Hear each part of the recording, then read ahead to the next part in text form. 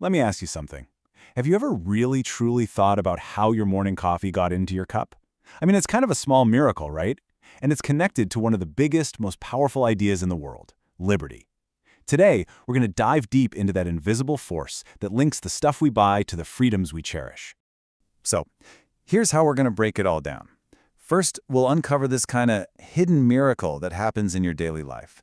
Then, we'll get to know the invisible hand, an idea that literally changed the world. After that, we'll wade into the huge debate it still sparks, see how it's all tied up with the idea of freedom, and then, at the very end, I'm going to turn the biggest questions over to you. All right, let's jump right in with something that honestly feels a little bit like magic. Every single day, millions upon millions of things are made, shipped all over the world and sold, somehow ending up exactly where they need to be. But how? Just think about the bread for your sandwich. It started as wheat in a field, then it was milled into flour, baked in an oven, delivered by a truck driver, and stocked on a shelf by a grocer. But here's the crazy part. There is no government secretary of bread production pulling all the strings. So if nobody is in charge, how on earth does it work? Well, the answer is something called a market economy. You see, it's a bottom-up system, not a top-down one. It's powered by literally millions of us making our own choices day in and day out, buying, selling, trading, all without some central planner telling everybody what to do. And this brings us to one of the most powerful, and yeah, one of the most controversial ideas in all of economics, first laid out by a guy named Adam Smith more than 250 years ago. The engine that makes this whole system go is self-interest. It's the reason you go to work, to earn money. It's why you study for a test, to get a good grade. At its core, it's just a natural human drive to achieve your own goals. Now, I know what you might be thinking. That term, self-interest, it gets a really bad rap, doesn't it? It sounds an awful lot like greed. But Adam Smith saw a huge, crucial difference between the two. And here's that key distinction. Self-interest is just about pursuing your goals. And those goals can be totally noble, right? Like providing for your family or donating to a cause you believe in. In fact, Smith himself almost never used the word greed. And when he did, he was usually talking about governments hungry for power, not everyday people in the marketplace. This quote right here just nails the beautiful irony of it all. The butcher, the brewer, the baker, they all want to earn a living for themselves. But to do that, they have to make something that you want to buy. So, by looking out for their own interests, they actually end up serving yours. It's this incredible process that creates behavior that helps other people, even when that wasn't the main goal. But wait, self-interest isn't the whole picture. What stops that baker from charging you $100 for a terrible loaf of bread? Well, one word: competition. If other bakers are out there trying to earn your business too, everybody is forced to offer better products at better prices. Competition is the great referee that channels all that self-interest into something good for society. To really wrap your head around the massive scale of this cooperation, Smith used the example of a simple woolen coat. Just think about the thousands, maybe tens of thousands of people involved, from the shepherd raising the sheep, to the sailor on the ship, to the person who built the weaving loom. The wild part is, none of them know each other. They're not in a group chat coordinating their efforts. They are all just doing their jobs. And this is the core of Smith's big idea. You have self-interest as the engine and competition as the steering wheel, and together they create this incredible, spontaneous order.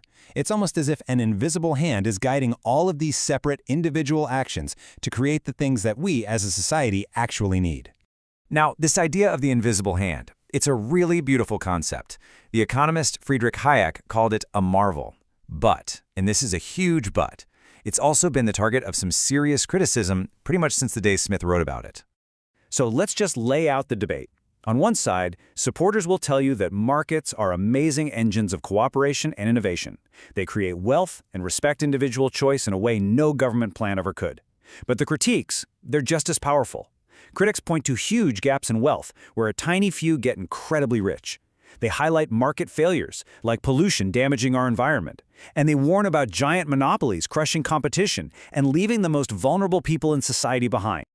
This quote from Nobel Prize winner Joseph Stiglitz really gets to the heart of that criticism. For a lot of people, the idea that markets are perfectly self-correcting and always create good outcomes is just a dangerous myth.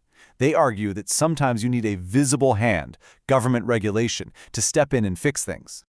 You know, this whole debate isn't just about spreadsheets and economics.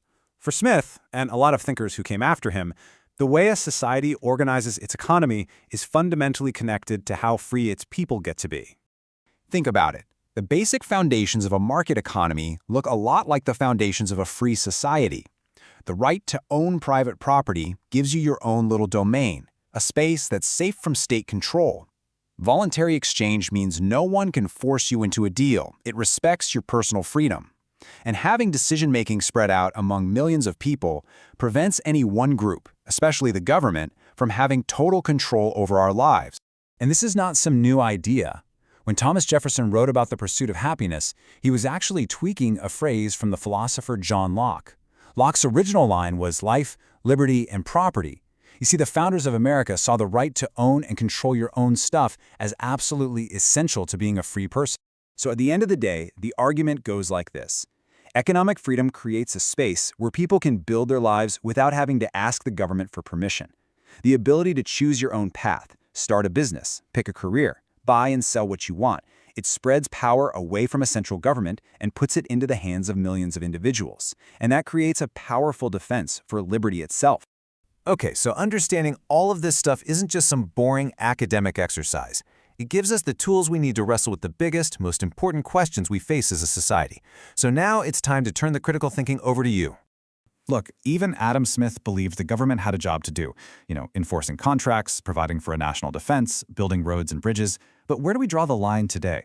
How much regulation do we need to protect people and the planet without accidentally crushing the innovation and freedom that markets can provide? The market system, or capitalism, is an absolutely incredible engine for creating wealth and new ideas. No doubt about it. But what do we do about the downsides, like inequality or market failures? Is it even possible to find a balance? To harness all that power while still making sure we have a just and fair society for everyone? And that brings us to the final, and maybe the biggest, question of all. When you look at the complex challenges we face, from climate change to public health, a lot of them seem to demand that we act together. So how do we weigh the deep, fundamental value of individual economic freedom against the urgent need for collective action for the common good? There are no easy answers here, but understanding the invisible hand, its power, its flaws, and its deep, deep connection to liberty, that's where the conversation has to begin.